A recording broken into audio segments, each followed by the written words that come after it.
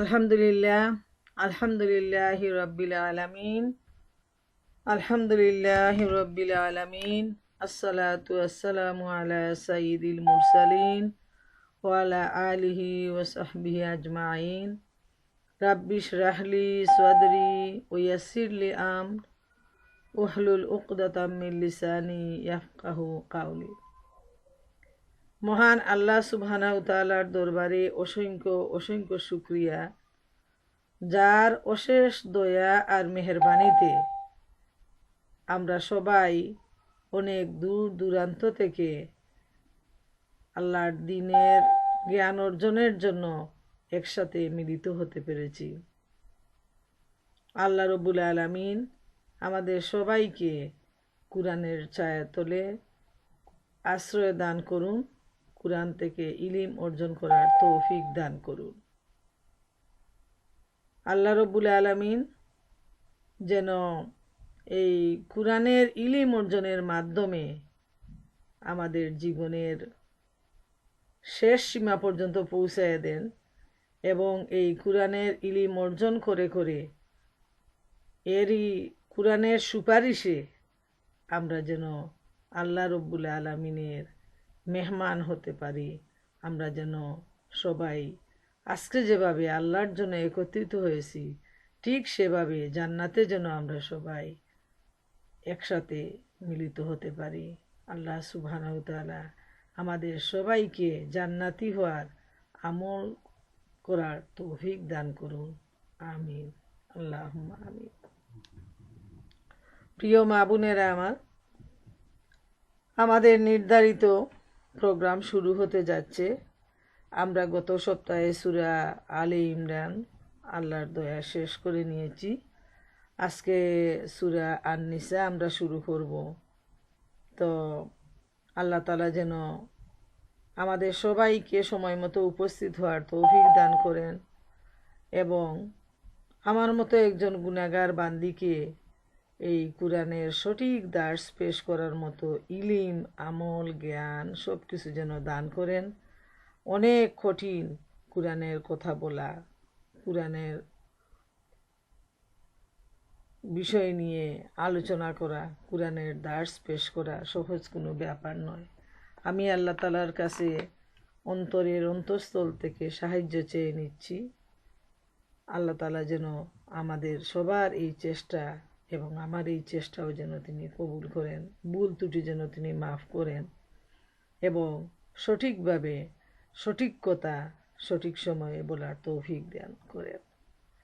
তো সূরা আন-নিসা প্রথম থেকে 4 নম্বর আয়াত পর্যন্ত আজকে তেলাওয়াত ও তর্জমা করে শোনাবে আমাদের বোন তাবাসসুম। আমি তাবাসসুমকে সূরা আন-নিসার 1 থেকে 4 পর্যন্ত তেলাওয়াত ও তর্জমা করার জন্য বলছি।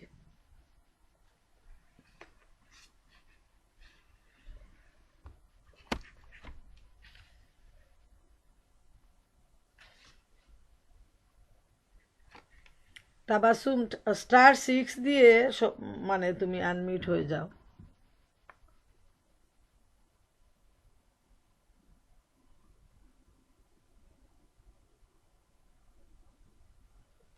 আল্লাহই ভালো জানে কি হইল। তাবাসসুম,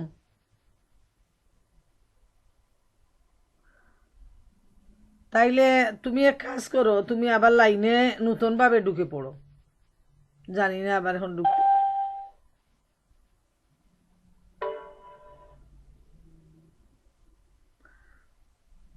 আজকে প্রথমেই মিউট বললো, সবাই তো আমার কথা শুনতেছেন আলহামদুলিল্লাহ।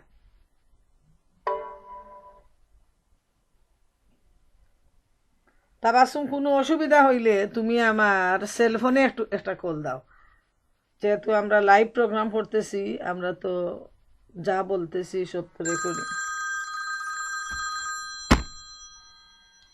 হ্যালো, ওয়ালাইকুম সালাম। ও, আজকে প্রথমেই কিন্তু আমি বুঝতে পারলাম না, মিউট বললো, কে মিউট করে দিল, এই জন্য তাইলে যদি নতুন করে ঢুকে তাইলে আমার মনে হয় হবে। দেখো তো হয় কিনা। তাবাসুম, আমার মনে হয় তুমি একটু নতুনভাবে ঢুকার চেষ্টা করো। ওইখানে যে ওই মিউট হয়ে গেল আমি বুঝতে পারতেছি না, আল্লাহই ভালো জানে।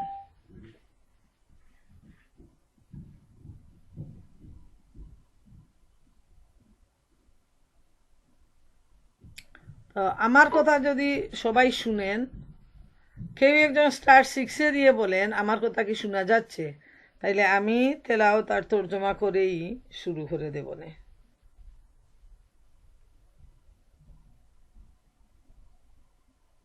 হেলন, তুমি একটু ইয়ে করো, ওই *6 দিয়ে আমার মনে হয় কেউ বোধহয় আনমিউট হতে পারতেছে না।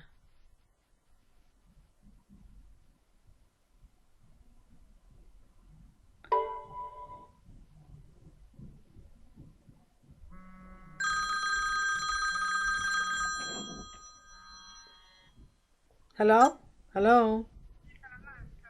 জি।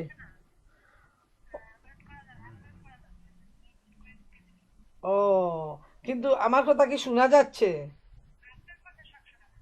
আচ্ছা, তাইলে এক কাজ করি, আমি না হয় শুরু করে দেই। আচ্ছা, তো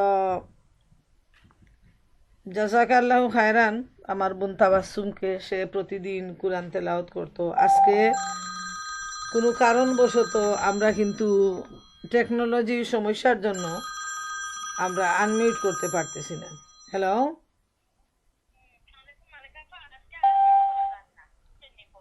ও, তাইলে শোনা তো যাচ্ছে, শোনা যাচ্ছে তাই না? তাইলে ঠিক আছে, আমি শুরু করে নেই ইনশাআল্লাহ।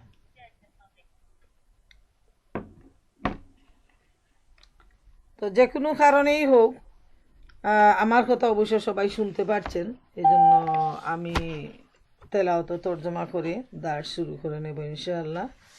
আল্লাহ সুবহানাহু ওয়া তাআলা যেন আমাদের প্রোগ্রামকে কবুল করেন, সবাইকে শোনার তৌফিক দেন, আমাকে বলার তৌফিক দেন। আউযু বিল্লাহি মিনাশ শাইতানির রাজীম। বিসমিল্লাহির রহমানির রহিম।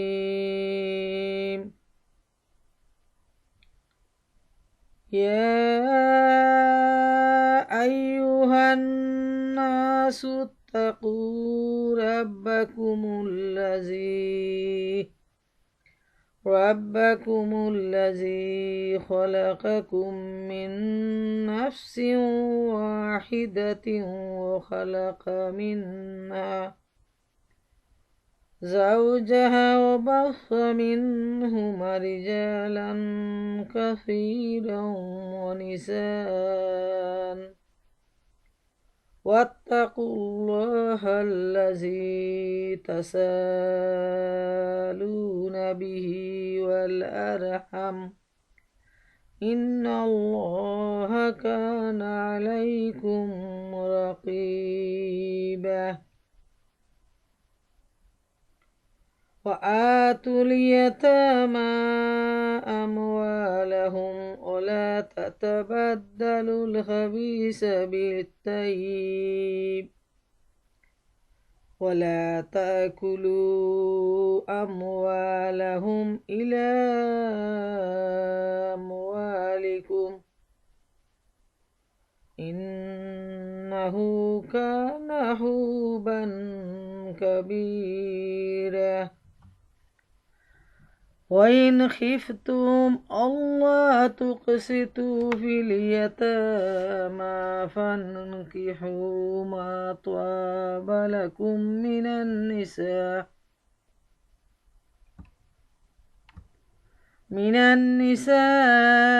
مثنى وثلاث ورباع فإن خفتم ألا تعدلوا فواحدة أو ما ملكت أيمانكم ذلك أدنى ألا تعولوا وآتوا النساء صدقاتهن نحلة فإن تبن لكم عن شيء منه نفسا فكلوه هنيئا مريئا সদাকাল্লাহুল মাওলানা আল-আযীম। এর স্বাদ হচ্ছে, বিতাড়িত শয়তান থেকে মহান মাবুদের দরবারে আশ্রয় চাই। পরম করুণাময় দয়ালু আল্লাহ সুবহানাহু তাআলার নামে শুরু করছি। হে মানব জাতি, তোমাদের রবকে ভয় করো। তিনি তোমাদের সৃষ্টি করেছেন একটি প্রাণ থেকে, আর সেই একই প্রাণ থেকে সৃষ্টি করেছেন তার জোড়া। তারপর তাদের দুজনার থেকে সারা দুনিয়ায় ছড়িয়ে দিয়েছেন বহু পুরুষ ও নারী। সেই আল্লাহকে ভয় করো, যার দুহাই দিয়ে তোমরা পরস্পরের কাছ থেকে নিজেদের হক আদায় করে থাকো এবং আত্মীয়তা ও নিকট সম্পর্ক বিনষ্ট করা থেকে বিরত থাকো। নিশ্চিতভাবে জেনে রাখো, আল্লাহ তোমাদের উপর কড়া নজর রেখেছেন। এতিমদেরকে তাদের ধন সম্পদ ফিরিয়ে দাও। ভালো সম্পদের সাথে মন্দ সম্পদ বদল করো না, আর তাদের সম্পদ তোমাদের সম্পদের সাথে মিশিয়ে গ্রাস করো না। এটা মহাপাপ। আর যদি তোমরা এতিমের সাথে বেইনসাফি করার ব্যাপারে ভয় করো, তাহলে যেসব মেয়েদের তোমরা পছন্দ করো তাদের মধ্য থেকে 2, 3 বা 4 জনকে বিয়ে করো। কিন্তু যদি তোমরা তাদের সাথে ইনসাফ করতে পারবে না বলে আশঙ্কা করো, তাহলে একজনকেই বিয়ে করো। অথবা তোমাদের অধিকারে যেসব মেয়ে আছে তাদেরকে বিয়ে করো। বেইনসাফির হাত থেকে রক্ষা পাওয়ার জন্য এটি অধিকতর সঠিক পদ্ধতি। আর আনন্দের সাথে স্ত্রীদের মোহরানা আদায় করে দাও। তবে যদি তারা নিজেরাই নিজেদের ইচ্ছায় মোহরানার কিছু অংশ মাফ করে দেয়, তাহলে তোমরা সানন্দে তা খেতে পারো। প্রিয় মা ও বোনেরা আমার, আমি আপনাদের সামনে সূরা আন-নিসার 1 থেকে 4 নম্বর আয়াত পর্যন্ত তেলাওয়াত ও এর সরল তর্জমা পেশ করলাম। সূরা আন-নিসা মাদানী সূরা। নবী করিম সাল্লাল্লাহু আলাইহি সাল্লামের হিজরতের পরে এই সূরাটি অবতীর্ণ হয়, তাই এটাকে মাদানী সূরা বলে আখ্যায়িত করা হয়েছে। এই সূরার মধ্যে রয়েছে 176টি আয়াত এবং 4টি রুকু। সূরার নামটা দিয়েই আমরা বুঝতে পারি যে এই সূরার মধ্যে মহিলাদের সংক্রান্ত ব্যাপারে বেশি আলোচনা করা হয়েছে। নিসা শব্দের অর্থ হলো মহিলা বা নারী। তো এটা আমাদের জন্য একটা সৌভাগ্য যে নারী জাতির নাম নিয়ে একটা সূরা অবতীর্ণ হয়েছে এবং নারীদের অধিকারের ব্যাপারে এই সূরায় বিশদভাবে আলোচনা করা হয়েছে। তো আল্লাহ সুবহানাহু তাআলার কাছে এই তৌফিক চেয়ে নিচ্ছি, তিনি যেন আমাদের সবাইকে এই সূরাটা বুঝার তৌফিক দেন, আমাকে সুন্দরভাবে দার্স পেশ করার তৌফিক দেন, বুঝার তৌফিক দেন, বুঝানোর তৌফিক দেন, এবং আমরা সবাই যেন এখান থেকে নিজে বুঝে শুনে নিজেরা যেন তা পালন করতে পারি এবং যা জানলাম, যা শিখলাম তা যেন আরও মানুষের কাছে পৌঁছাতে পারি। আল্লাহ তাআলা আমাদের সবাইকে সে তৌফিক দিন। আমরা 1 নম্বর আয়াতে যে ব্যাপারগুলো বলা হয়েছে সেটা হলো, প্রথম যে কথাটা, মানব জাতিকে ডেকে আল্লাহ রব্বুল আলামিন আল্লাহ তাআলাকে ভয় করার নির্দেশ দিচ্ছেন। আর এই পৃথিবীতে আল্লাহ রব্বুল আলামিন যে মানুষ সৃষ্টি করেছেন, প্রাণী সৃষ্টি করেছেন এবং একটা প্রাণী থেকে তার জোড়া সৃষ্টি করেছেন এবং এর মাধ্যমে সারা পৃথিবী জুড়ে ছড়িয়ে দিয়েছেন অসংখ্য অসংখ্য পুরুষ ও নারী, সেই বিষয়টা আমাদেরকে জানিয়ে দিয়েছেন এবং আত্মীয়তার হকের ব্যাপারে নির্দেশ দিয়েছেন।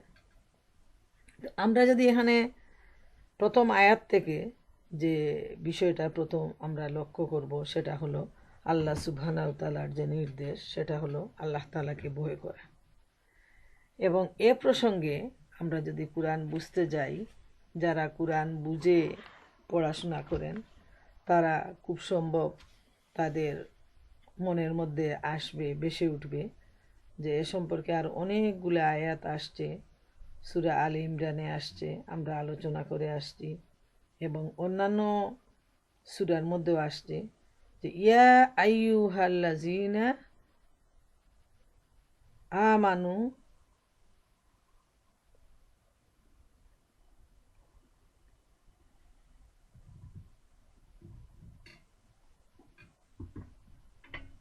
যে হে ইমানদার, ইয়া আইয়ুহাল্লাযীনা আমানু তাকুল্লাহ, যে তোমরা হে ইমানদারগণ তোমরা আল্লাহ তাআলাকে ভয় করো।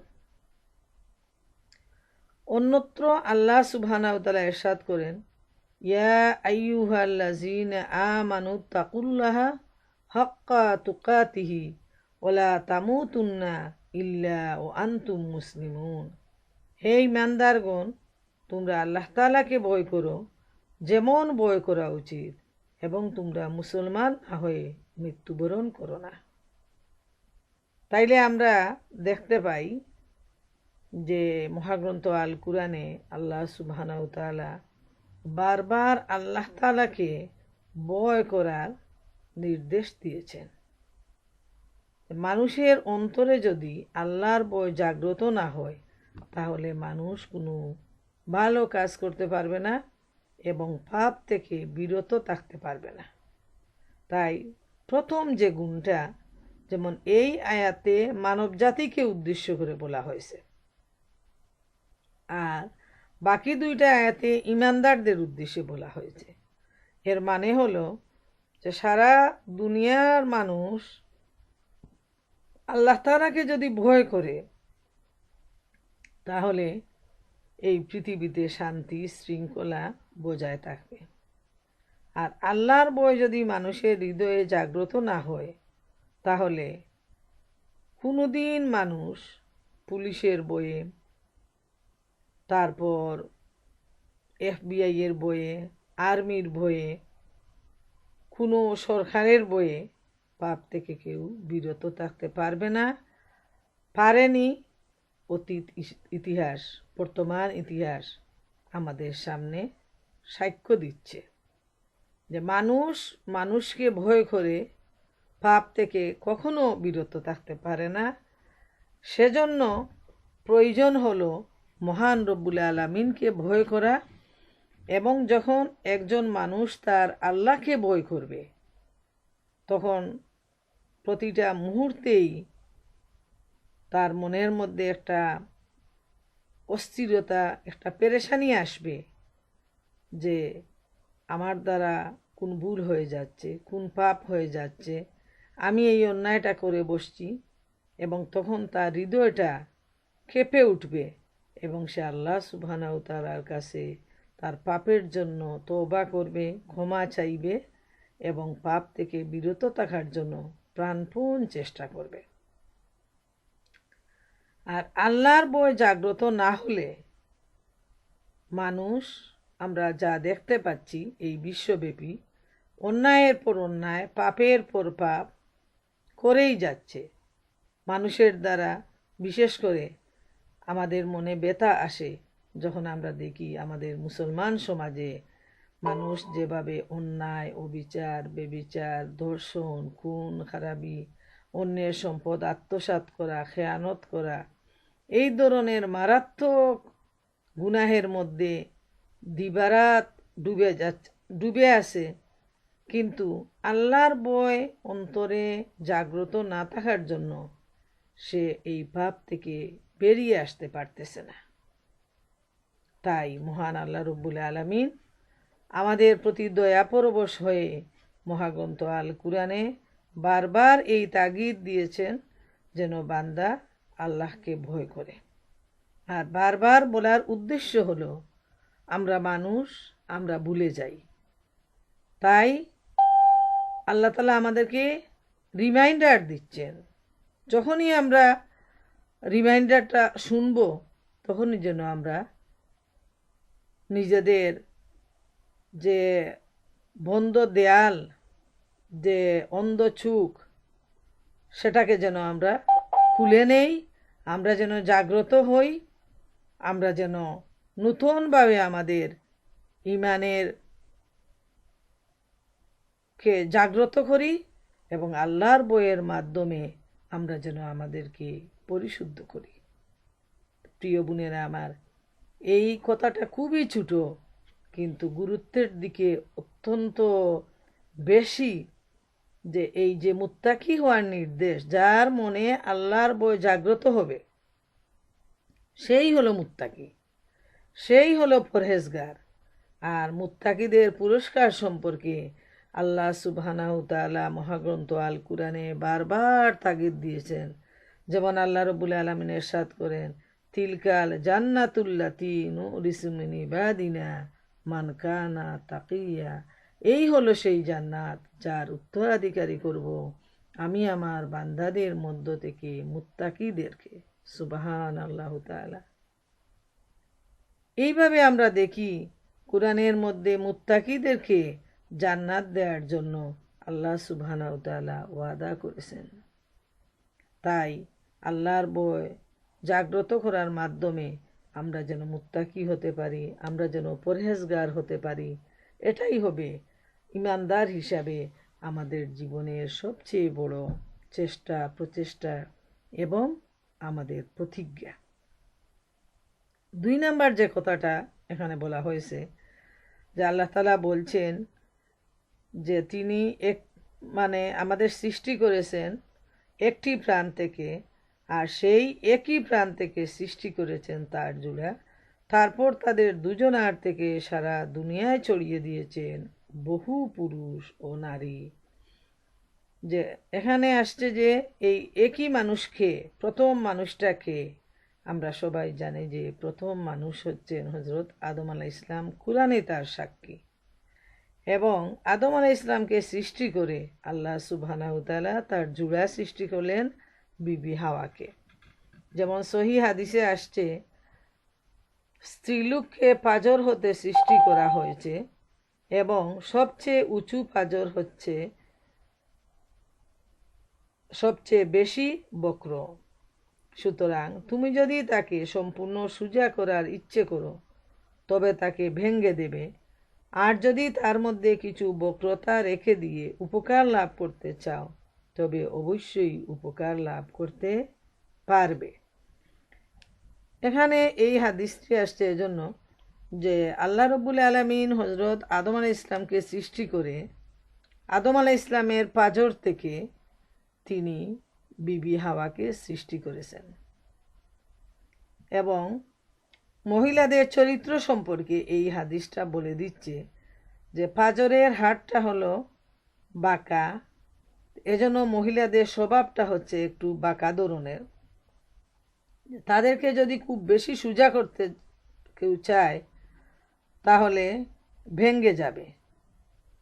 তাই যেভাবে আসে সেভাবে রেখে দিয়েই আল্লাহ রাসূল সাল্লাল্লাহু আলাইহি ওয়াসাল্লাম বলছেন যে তাদের কাছ থেকে তুমি উপকৃত হয়ে যাও, তাদের কাছ থেকে তোমার যা সুন্দরভাবে তাদেরকে পরিচালনা করো মহিলাদের ব্যাপারে।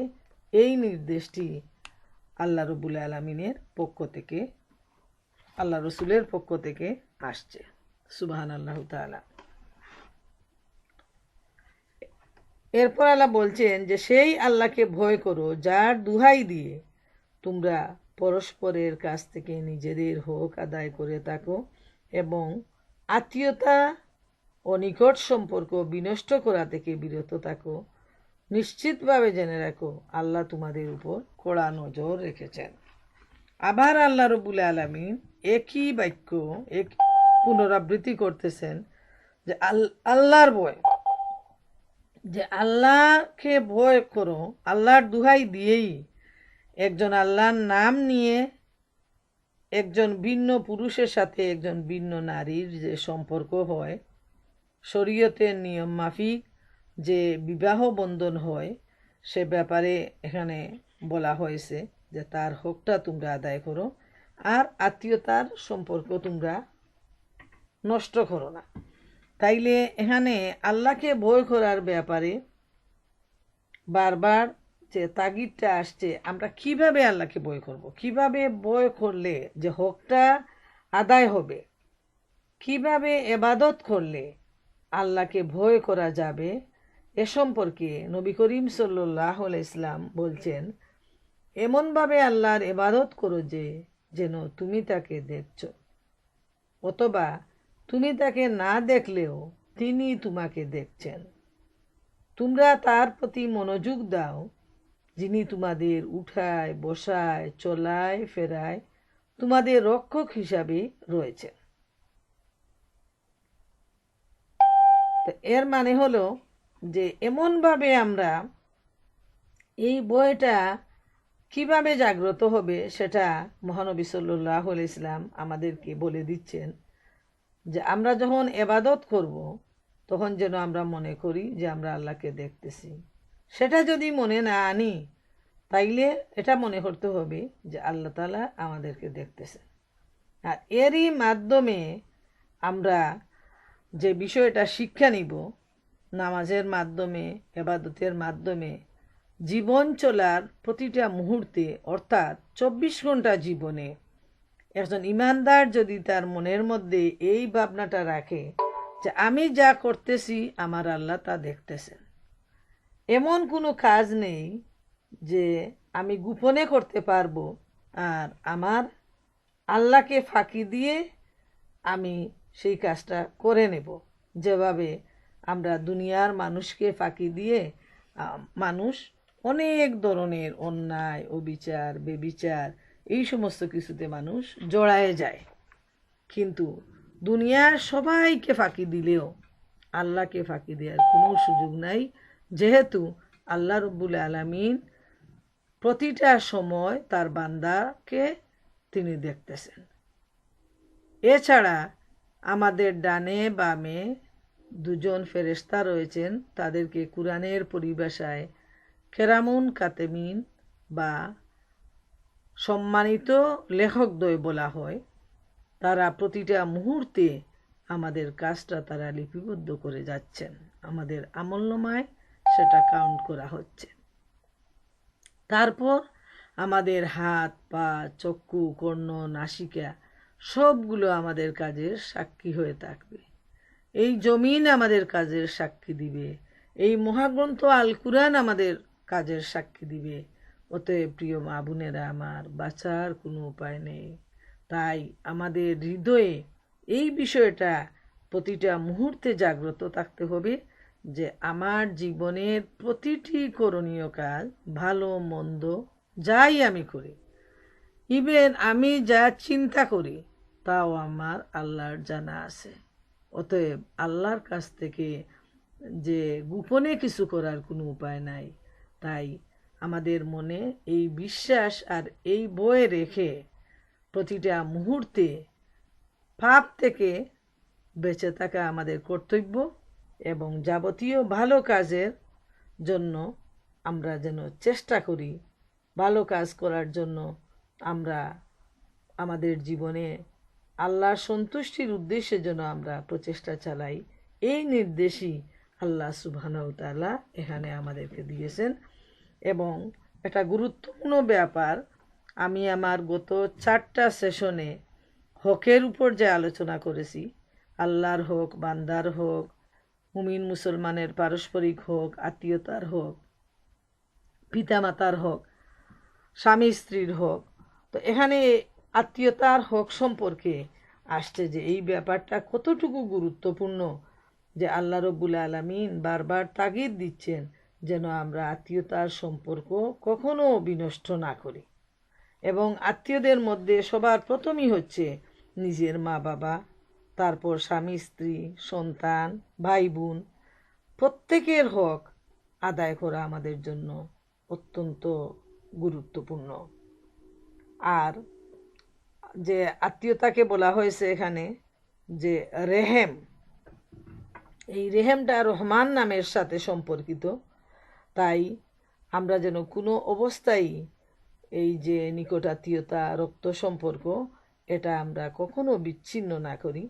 এবং আমরা যে আলোচনা করে আসছি আমাদের সবার জানা আছে ইনশাআল্লাহ যে আত্মীয়তার সম্পর্ক যে নষ্ট করবে তার স্থান হলো জাহান্নামে।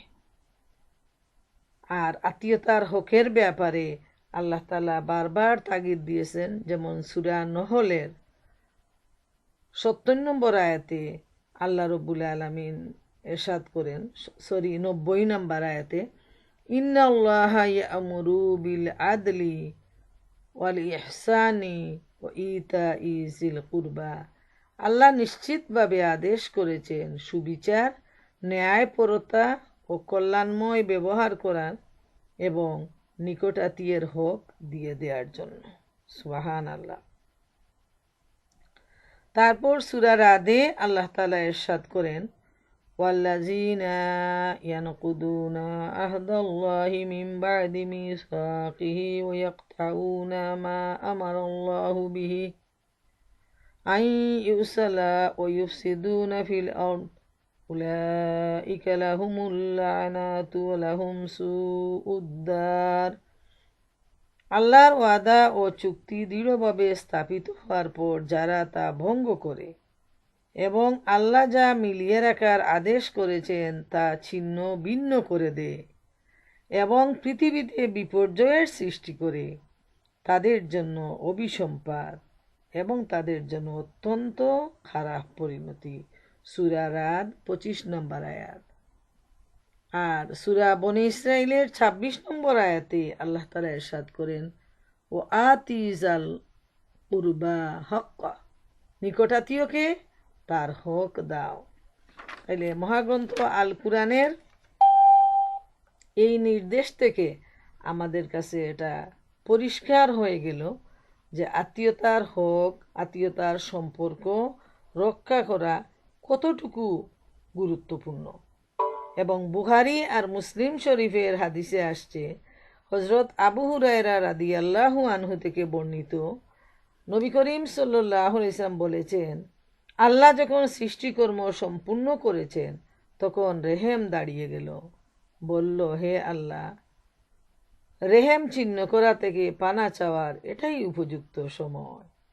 আল্লাহ বললেন, হ্যাঁ, তুমি কি খুশি হবে না আমি যদি সম্পর্ক রক্ষা করি তার সাথে যে তোমার সম্পর্ককে অবিচ্ছিন্ন রাখবে, এবং সম্পর্ক ছিন্ন করি তার সাথে যে তোমার সম্পর্ককে ছিন্ন করবে, তাহলে কি তুমি সন্তুষ্ট হবে? তাইলে এই হাদিস থেকে যেটা আমাদের কাছে পরিষ্কার হয়ে গেল যে আত্মীয়তার সম্পর্ক এতটুকু গুরুত্বপূর্ণ, কেউ যদি ইচ্ছাকৃতভাবে এই সম্পর্ক ছিন্ন করে তাহলে আল্লাহ তাআলা তার সাথে সম্পর্ক ছিন্ন করবেন, আর কেউ যদি এই সম্পর্ক রক্ষা করে তাহলে আল্লাহ তাআলা তার সাথে সম্পর্ক রক্ষা করবেন। সুবহানাল্লাহু তাআলা। তাইলে আমাদেরকে সতর্ক থাকা প্রয়োজন যে আত্মীয়তার সম্পর্ক অত্যন্ত গুরুত্বপূর্ণ। আর আত্মীয়তার সম্পর্কের মধ্যেই ফ্যামিলি বাইন্ডিং, ফ্যামিলি টাইটনেস। অতএব এজন্যই আল্লাহ রাব্বুল আলামিন আত্মীয়তার সম্পর্কের ব্যাপারে এতটুকু গুরুত্ব দিয়েছেন। 2 নম্বর আয়াতে ইরশাদ হচ্ছে, এতিমদেরকে তাদের ধন সম্পদ ফিরিয়ে দাও, ভালো সম্পদের সাথে মন্দ সম্পদ বদল করো না, আর তাদের সম্পদ তোমাদের সম্পদের সাথে মিশিয়ে গ্রাস করো না। মানে এতিমের ব্যাপারে যে নির্দেশটা আসছে সেটা হলো, যখন এই আয়াতটা নাজিল হয় তখনকার সময় যে নিয়মটা ছিল যে যাদের হাতে এতিম থাকতো, বাতিজা, বাগনা, বোন যেই থাকুক আত্মীয় স্বজনের মধ্যে, সে তার সম্পদটা সম্পূর্ণ আত্মসাৎ করে ফেলত। এবং এতিমের সাথে কাজের লোকদের মতো ব্যবহার করত, তাদেরকে দিয়ে ঘরের কাজকর্ম করানো হতো এবং অত্যন্ত খারাপ আচরণ করা হতো। তাই মহান রব্বুল আলামিন যখন ইসলামকে মহাগ্রন্থ আল কুরআনের মাধ্যমে পরিপূর্ণ করে দিলেন শরিয়ার আইন, শরিয়ার নিয়ম নীতি, তখন তিনি এতিমের যে অধিকার সে সম্পর্কে অত্যন্ত পরিষ্কারভাবে জানিয়ে দিলেন যে যার হাতে এতিমের যে সম্পদ আছে সে যেন তা তার কাছে আত্মসাৎ না করে এবং তার সম্পদটা তাকে ফিরিয়ে দেয়। তখনকার দিনে এমন একটা নিয়ম ছিল যে যাদের হাতে এতিমের সম্পদ থাকত, যেমন বলা হয়েছে এখানে, ভালো সম্পদের সাথে মন্দ সম্পদ বদল করো না। ওরা কি করতো, যেমন এতিমের বাবা ছাগল রেখে গেছেন, তখনকার দিনে ব্যাংক ব্যালেন্সের এত প্রচলন ছিল না, এইগুলো পশু তারপর ল্যান্ড এগুলোই ছিল বেশি। তারা কি করতো, তাদের যে দুর্বল যে পশুগুলো আছে ওগুলা এতিমকে দিয়ে এতিমের যে ভালোগুলো আছে ওগুলা তারা রেখে দিত। তাই আল্লাহ তাআলা বলছেন যে তোমরা ভালো ভালোটা রেখে দিয়ে মন্দ দিয়ে তা বদল করো না। এবং তাদের বিশ্বাস ছিল এবং তারা এটাই বলতো, আমি তো তার সম্পদ, তার পাওনাটা সঠিকভাবেই আমি দিয়ে দিয়েছি, যেহেতু তার হয়তো 5টা ছাগল ছিল, আমি 5টা তাকে দিয়ে দিয়েছি। কিন্তু ওই যে দুর্বল যেটা অথবা একদম অল্প বয়সের বাচ্চা, ওইগুলার সাথে এসে চেঞ্জ করে ভালোটা রেখে দিত, দামিটা রেখে দিত, এবং যেটা মন্দ, যেটা অল্প মূল্যের, সেগুলো তারা মিশায়ে আর এতিমদেরকে ঠকায় নিত। তাই আল্লাহ তাআলা বলছেন যে ভালোর সাথে মন্দকে মিশ্রিত যেন না করে এবং এতিমের সম্পদ যেন তারা গ্রাস না করে, যেহেতু এটা হলো অত্যন্ত বড় ধরনের একটা গুনাহ। এ সম্পর্কে আরেকটা হাদিস বর্ণনা করা যায়, যেমন একটা ছোট বালক এতিম, তার পাওনা ছিল আবু জেহেলের কাছে। তো সে সবসময় তার পাওনাটা চাওয়ার জন্য আসতো এবং আবু জেহেল তাকে গালিগালাজ দিয়ে, গলা ধাক্কা দিয়ে তাকে বিদায় করে দিত। তো ছোট মানুষ, সে তো ভয়ে হয়তো খিদার জ্বালায় আসতো তার বাবার পাওনাটা নেয়ার জন্য, আবার বয়েতে সে চলে যেত। একবার সে আসছে আবু জেহেলের কাছে, তখন আবু জেহেলের সঙ্গী সাথীরা বলতেছে, একটা ফান করার জন্য বা একটা গুলযোগ সৃষ্টি করার জন্য, এর পাশেই ছিলেন মহানবী সাল্লাল্লাহু আলাইহি সাল্লাম এবং সাহাবায়ে কেরাম, আর অন্যদিকে ছিল আবু জেহেল আর তার সাঙ্গপাঙ্গরা। তখন ওরা টিটকারি করে বলতেছে সেই ছেলেকে যে তোমার পাওনা এই যে দূরে বসে একজন লোক আছে তার কাছে যাও, সে আদায় করে দিবে। এর মানে হলো আবু জেহেলের সঙ্গীরা জানে নবী করিম সাল্লাল্লাহু আলাইহি ইসলামের সাথে আবু জেহেলের যে কী ধরনের চিরশত্রু সম্পর্ক, এবং তিনি যদি আসেন তাহলে আবু জেহেল তার সাথে খারাপ আচরণ করবে এবং তখন এখান থেকে তারা একটা মজা দেখে নেবে। সেই উদ্দেশ্যে তারা ছেলেটাকে আল্লাহ রসুলের কাছে পাঠায়। আর বাচ্চা মানুষ, সে তো ওই সম্পর্ক এবং এই ধরনের যে কপটতা, এ ব্যাপারে তার কোনো কিছু জানা ছিল না। সে গিয়ে নবী করিম সাল্লাল্লাহু আলাইহি ইসলামের কাছে বলে যে এই যে বসা লোকটা, ওর কাছে আমার পাওনা আছে, তো আপনি যদি ওইটা আদায় করে দিতেন। সাথে সাথে মহানবী সাল্লাল্লাহু আলাইহি ইসলাম উঠে আসলেন এবং অত্যন্ত শক্তভাবে তিনি আবু জেহেলকে বললেন, আবু জেহেল, এই ছেলেটা যা বলছে তা কি ঠিক? ওর কি পাওনা আছে তোমার হাতে? আবু জেহেল বলল যে হ্যাঁ ঠিক। তখন তিনি বললেন যে উঠো, এক্ষুনি এই ছেলের পাওনাটা মিটাইয়ে দাও। সাথে সাথে আবু জেহেল উঠে গিয়ে বাড়িতে গিয়ে ওই ছেলের যা পাওনা ছিল সব আদায় করে দিল। তার সাঙ্গপাঙ্গরা তো অবাক হয়ে গেল, কি ব্যাপার, আবু জেহেলের এই অবস্থা? ওরা দৌড়ায় এসে জিজ্ঞেস করতেছে, আবু জেহেল, এ কী অবস্থা? তোমার এ কি হলো? তো আবু জেহেল বলতেছে যে তোমাদেরকে আমি কি বলবো, যে মুহাম্মদ যখন আমার কাছে এসে আমাকে নির্দেশ দিলেন ওর পাওনা দেওয়ার জন্য, আমি তাকিয়ে দেখি যে বিরাট একখণ্ড আগুন। যদি আমি কোনো ধরনের বেয়াদবি করি বা অস্বীকার করি, তাহলে এখনই এসে তা আমাকে খেয়ে ফেলবে। এবং ভয়েতে আমি সাথে সাথে এই ছেলের যে পাওনাটা ছিল তা আমি তাকে দিয়ে দিলাম। সুবহানাল্লাহ। এটা হলো মহানবীর মুজেজা, যে তিনি ন্যায়ের ব্যাপারে কাউকে তিনি পরোয়া করেন না। এই যে আবু জেহেল অন্যায় করতেছে আর এই ছেলের ন্যায্য পাওনাটা সে আদায় করেনি, সেজন্য সাথে সাথে তিনি উঠে গিয়ে তার পাওনাটা আদায় করে দিলেন। সুবহান আল্লাহ তাআলা।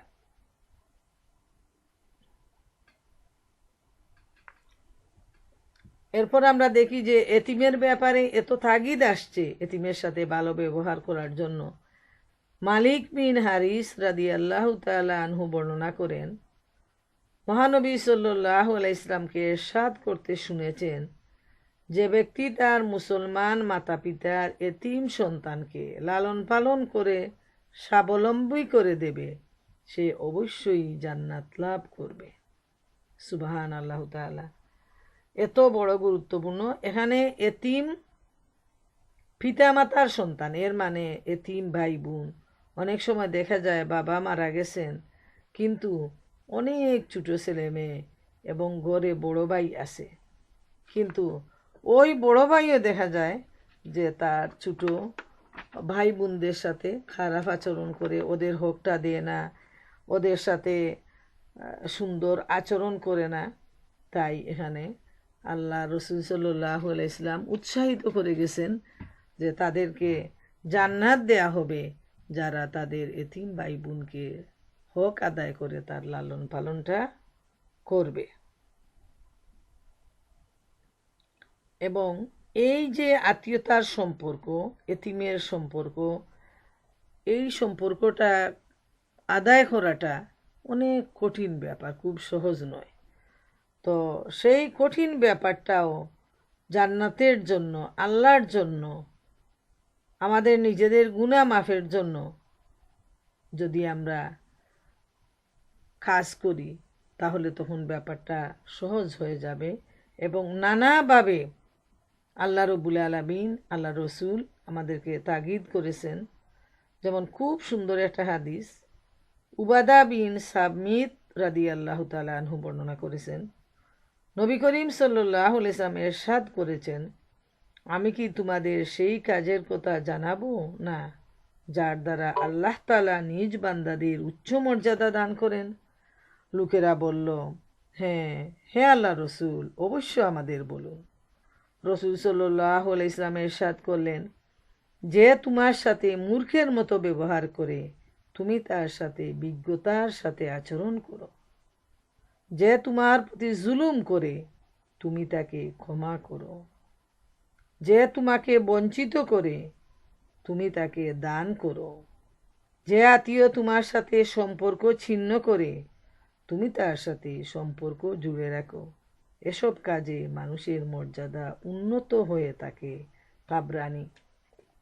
তাইলে আমরা অত্যন্ত গুরুত্বপূর্ণ, অত্যন্ত সুন্দর এই হাদিস থেকে যেটা পরিষ্কার হয়ে গেল যে সম্পর্ক রক্ষা করা কঠিন ব্যাপার, কিন্তু মানুষ বারবার নানা ধরনের বিচ্ছিন্নতা সৃষ্টি করবে, খারাপ আচরণ করবে, অজ্ঞের মতো আচরণ করবে।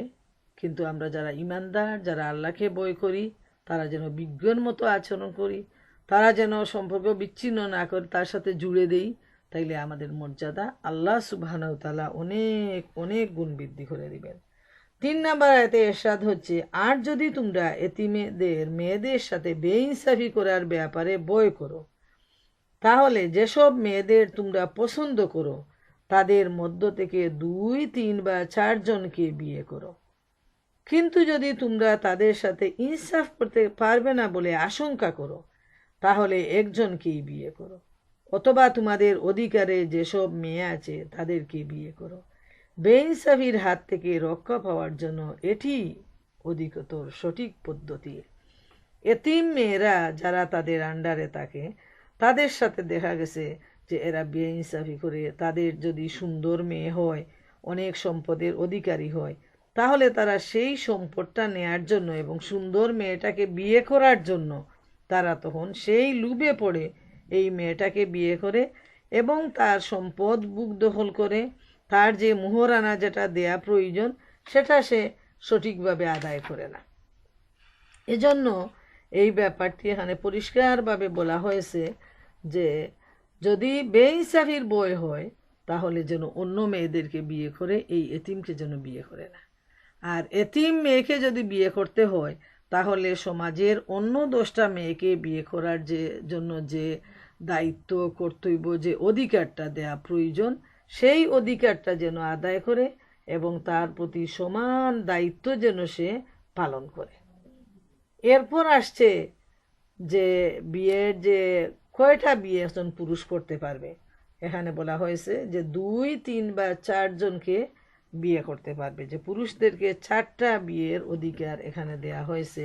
যদিও অনেকে অনেক তর্ক বিতর্ক করে মুসলমানদের মধ্যেও এবং মুসলমানদের মধ্যেও বিয়ে নিয়ে কিন্তু অনেক তর্ক হয় যে নবী করিম সাল্লাল্লাহু আলাইহি ওয়াসাল্লাম অনেকগুলো বিয়ে করেছেন। নবীজির সাথে অন্য কারো কোনো তুলনা হতে পারে না। নবী করিম সাল্লাল্লাহু আলাইহি ওয়াসাল্লাম সম্পূর্ণ আল্লাহর হুকুম অনুযায়ী তিনি বিয়েগুলো করেছেন, আল্লাহর অর্ডার অনুযায়ী। এটা নবীর জন্য আলাদা ব্যাপার। আর সাধারণ মুসলমানদের জন্য 4টা বিয়ে করা একসাথে বৈধ করা হয়েছে। এর কারণ হলো যাতে সে নারীর প্রতি আসক্ত হয়ে সে যেন বেবিচারে লিপ্ত না হয়। বেবিচার থেকে যেন সে একজন পুরুষ বাঁচতে পারে। যার একজন স্ত্রী আছে সে সন্তুষ্ট নয় অথবা এর দ্বারা তার চাহিদা পূরণ হচ্ছে না, তখন সে যাতে পরনারীর প্রতি আসক্ত না হয় সেজন্য ইসলাম একজন পুরুষকে 4টা বিয়ের সুযোগ দিয়েছে। আবার এই সাথে একটা বাউন্ডারি দিয়েছে যেন সবার সাথে ইনসাফপূর্ণ আচরণ করে। যদি বেইনসাফির আচরণ হয় তাহলে যেন সে এক বিয়েতেই সন্তুষ্ট থাকে, এর বেশি যেন সে না করে। যেমন এ প্রসঙ্গে খুব সহিহ হাদিস রয়েছে, সুনানে আবু দাউদ ও ইবনে মাজা, এই হাদিসগুলোতে রয়েছে হজরত উমাইয়া আসাদি রাদিয়াল্লাহু তাআলা আনহু বলেন, আমি যখন ইসলাম গ্রহণ করি তখন আমার 8টি স্ত্রী ছিল। এর মানে ইসলামের আগে পুরুষরা অনেক বিয়ে করত, কোনো লিমিটেশন ছিল না এবং তাদের অবস্থা এমন ছিল যে এতগুলা স্ত্রী, অনেক বাচ্চা কাচ্চা, এদেরকে লালন পালন করার মতো সামর্থ্য নেই। ইসলাম এদিক বিবেচনা করে আল্লাহ রাব্বুল আলামিন একটা লিমিটেশন দিয়ে দিয়েছে যাতে সবার প্রতি সুন্দর আচরণ হয় এবং একটা লিমিটেশন থাকে। তাই এত সুন্দর একটা নিয়ম শৃঙ্খলার মধ্যে ইসলামের যে সীমানাটা, পারিবারিক জীবনের যে বন্ধনটা অত্যন্ত সুন্দরভাবে আল্লাহ তাআলা দিয়েছেন। তো এই ঘটনাটা তিনি নিজের মুখে তিনি বর্ণনা করতেছেন যে ইসলাম গ্রহণের সময় 8 জন স্ত্রী, এর মানে আগের থেকে উনার 8 জন স্ত্রী ছিল। তো আমি রাসূলুল্লাহ সাল্লাল্লাহু আলাইহি ওয়াসাল্লামের নিকট এটা বর্ণনা করি। তিনি বলেন, তোমার ইচ্ছে মতো ওদের মধ্যে 4 জনকে রাখো, তো বাকিদেরকে বিদায় করে দাও। এইভাবে দেখা যায় অন্য একটা হাদিসে আসছে যে হজরত গায়লান ইবনে সালমা সাকাফি রাদিয়াল্লাহু তাআলা আনহু যখন ইসলাম গ্রহণ করেন তখন তার 10 জন স্ত্রী বিদ্যমান ছিল। রাসূলুল্লাহ সাল্লাল্লাহু আলাইহি ওয়াসাল্লাম তাকে বলেন, তোমার ইচ্ছে মতো 4টি স্ত্রী রেখে বাকিগুলো পরিত্যাগ করো। তিনি তাই করেন।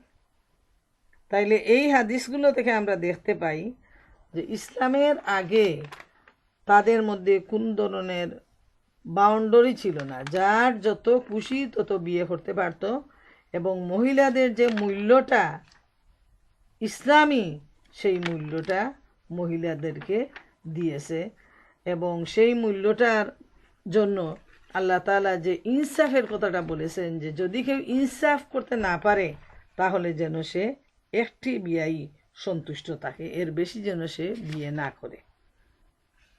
তো এখানে আমরা জানতে পারলাম যে পুরুষদেরকে 4টি বিয়ের নির্দেশ দেওয়া হয়েছে, এবং ইনসাফ ব্যাপারে যেন নজর রাখা হয়, এবং ইনসাফ করতে না পারলে যেন এক বিয়েই সন্তুষ্ট থাকে।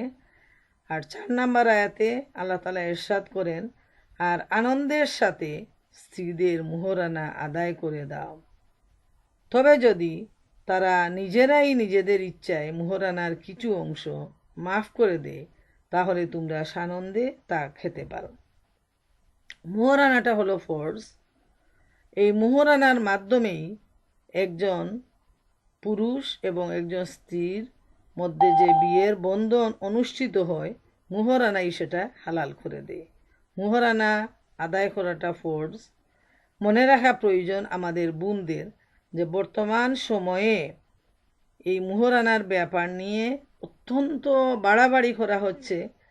40 লাখ 50 লাখ এর বাংলাদেশের টাকায় এবং আমেরিকান টাকায় ডলারে আমরা দেখি যে 30-40 হাজার ডলার, 50 হাজার ডলার, এমনকি এর ঊর্ধ্বেও মোহরানা দাবি করা হয়। এবং যারা এটা দাবি করেন তাদের বিভিন্ন জনের বিভিন্ন মতামত এবং বিভিন্ন চিন্তা নিয়েই তারা সেটা দাবি করেন।